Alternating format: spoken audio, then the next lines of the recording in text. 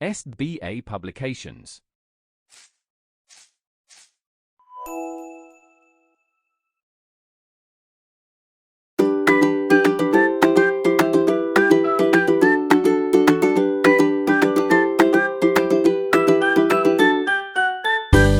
नमस्कार प्यारे बच्चों, कैसे हैं आप सभी लोग। उम्मीद करती हूँ आप सभी लोग अपने अपने स्थान पे स्वस्थ होंगे।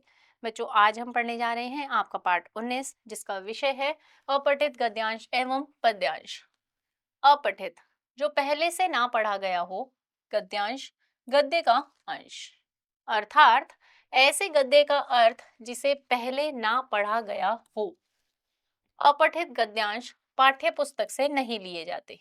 इनके द्वारा विद्यार्थियों की अर्थ ग्रहण तथा चिंता करने की क्षमता का मूल्यांकन किया जाता है।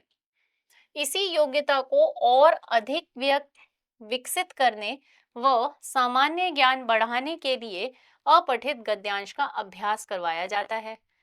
गद्य का ऐसा अंश जिसे पहले कभी ना पढ़ा गया हो अपठित गद्यांश कहलाता है। विद्यार्थी द्वारा गद्यांश को पढ़कर संक्षिप्त रूप में उत्तर देने होते हैं, जिसके लिए निम्नलिखित बातों का ध्यान रखना चाहिए। प्रश्न के उत्तर जहां तक संभव हो सरल, संक्षिप्त और स्पष्ट होने चाहिए। शीर्षक संक्षिप्त और उसका संबंध सीधे गद्यांश या पद्यांश से होना चाहिए। शीर्षक मतलब नाम, जो भी नाम आप दे रहे हैं उसका संबंध दिए हुए गद्यांश या पद्यांश से ही हो। पूछे गए प्रश्न के उत्तर के देने से पूर्व अपठित गद्यांश या पद्यांश को ध्यान से पढ़ना चाहिए, ध्यान पूर्वक। प्रश्नों के उत्तर लिखते समय यह ध्यान रखना चाहिए कि उत्तर का संबंध सीधे गद्यांश या पद्यांश से ही हो। नीचे कुछ गद्यांश और पद्यांश दिए जा रहे हैं, इन्हें ध्यान से पढ़िए और समझिए। उन पर आधारित जो प्रश्न पूछे गए हैं उनके प्रश्नों के उत्तर देने का अभ्यास कीजिए। संसार में देखिए बच्चों, यहाँ पर आपको बताया गया है कि अपठित गद्यांश वो होते हैं जिन्हें आपने पहले कभी ना पढ़ा हो, और ऐसे गद्यांश और पद्यांशों को पढ़कर आपको दिए हुए प्रश्नों के उत्तर किस तरह से देने हैं। भाषा सरल होनी चाहिए। शीर्षक जो है वो गद्यांश और पद्यांश से संबंधित होना चाहिए। जो भी आप उत्तर दे रहे हैं वो संक्षिप्त होना चाहिए और समझ में आने वाला होना चाहिए और आपके गद्यांश से संबंधित ही होना चाहिए। तो मैं आपको यहाँ पर एक गद्यांश पढ़ के उसके प्रश्न के उत्तर समझाऊंगी कैसे करने हैं, और आप अपने बाकी के गद्यांश करेंगे। आइए देखते हैं। गद्यांश एक, संसार में कुछ भी असाध्य तथा असंभव नहीं है। संभव, असंभव, असाध्य जैसे शब्द कायरो के लिए हैं। नेपोलियन के लिए ये शब्द उसके कोश में नहीं थे। क्या बापू शरीर से शक्तिशाली थे? नहीं। वह तो पतले से एक लंगोटी पहने लकड़ी के सहारे चलते थे, परंतु उनके विचार सशक्त थे, भावनाएं शक्तिशाली थी। उनके साहस को देखकर करोड़ों भारतीय उनके पीछे थे। ब्रिटिश साम्राज्य उनसे कांप गया।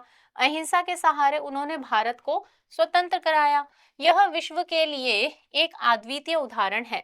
जब गांधी जी ने अहिंसा का नारा लगाया तो लोग हंसते थे, कहते थे अहिंसा से ब्रिटिश साम्राज्य के टक्कर नहीं ली जा सकती है, परंतु वे डटे रहे। उन्होंने साहस नहीं छोड़ा। अंत में अहिंसा की विजय हुई।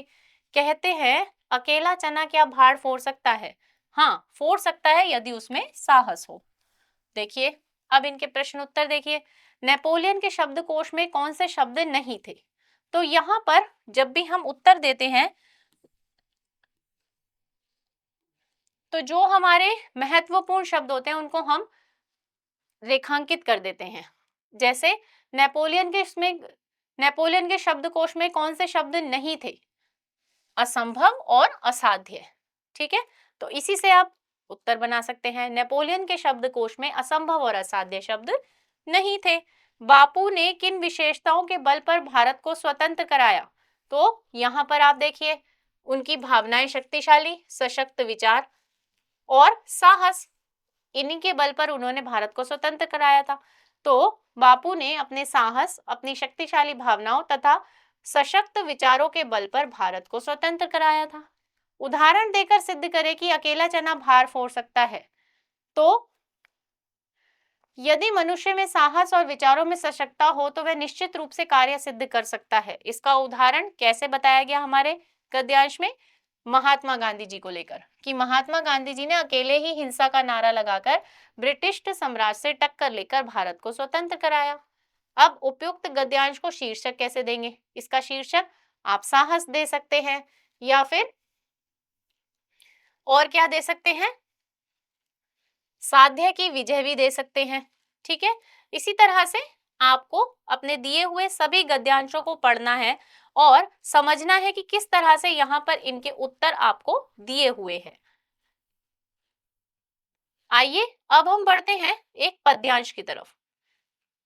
गद्यांशों की तरह अपठित पद्यांश भी होते हैं। यह पद्यांश भी पाठ्य पुस्तक से नहीं लिए जाते। इन पद्यांशों के नीचे भी कुछ प्रश्न दिए हुए होते हैं जिनका उत्तर विद्यार्थियों को पद्यांश के भाव को समझकर देना होता है। अपठित पद्यांशों के प्रश्नों के उत्तर देते समय विद्यार्थी को निम्नलिखित बातों का ध्यान रखना चाहिए। अब देखिए, पद्यांश के उत्तर देते समय आपको कौन कौन सी बातों का ध्यान रखना है। पद्यांश के उत्तर सरल, संक्षिप्त और सटीक होने चाहिए, जैसा कि आपको ऊपर गद्यांश में बताया गया था। उत्तर पद्यांश के भाव पर ही आधारित होने चाहिए, उनमें अपनी तरह का आपको कुछ भी नहीं जोड़ना है। प्रश्नों को पढ़कर उनके उत्तर को अपठित पद्यांश में रेखांकित कर लेना चाहिए। अब देखिए, पहला पद्यांश है, दो टुक कलेजे के करता, पछताता पद पर आता, पेट पीठ दोनों मिलकर एक चल रहा लकुटिया टेक, मुट्ठी भर दाने को भूख मिटाने को, मुंह फटी पुरानी झोली को फैलाता, दो टुक कलेजे के करता, पछताता पद पर आता। अब ये देखिए, उपयुक्त पद्यांश के आधार पर निम्नलिखित प्रश्नों के उत्तर देना है। लकुटिया टेक कर कौन चल रहा है? लकुटिया टेक कर भिखारी चल रहा है। कवि ने लकुटिया टेक कर चलने वाले की स्थिति कैसी बताई है? लकुटिया टेक कर चलने वाले के विषय में उसने बताया कि वह बहुत गरीब है, कपड़े फटे हुए हैं, कई दिनों से भूखा है और भूख के कारण दुर्बल हो गया है। अब उपयुक्त पद्यांश का शीर्षक गरीबी, क्योंकि यहाँ पर एक भिखारी की गरीबी झलक रही है। इसी तरह से यहाँ पर आपको अन्य पद्यांश दिए हुए हैं जिन्हें पढ़ के आपको समझना है कि किस तरह से आपको पद्यांश और गद्यांश के उत्तर देने हैं। तो बच्चों, ये था आपका पाठ। आइए अब हम समझते हैं कि हमने आज के पाठ में क्या सीखा है। गद्य और पद्य का ऐसा अंश जिसे पहले ना पढ़ा गया हो उसे अपठित गद्यांश या पद्यांश कहेंगे। अपठित बोध के रूप दो होते हैं, गद्यांश और पद्यांश। अपठित गद्यांश पद्यांश का शीर्षक संक्षिप्त होना चाहिए। तो बच्चों, ये था आपका आज का पाठ। अब आप अपने पाठ पर आधारित गद्यांश और पद्यांशों को करेंगे जो आपके अभ्यास कार्य में दिए हुए हैं। आज की कक्षा को बच्चों हम यही विराम लगाते हैं। मैं आपसे अब मिलूंगी आपकी अगली कक्षा में एक नए विषय के साथ। तब तक के लिए आप सभी बच्चे सीखते रहिए, स्वस्थ रहिए। नमस्कार।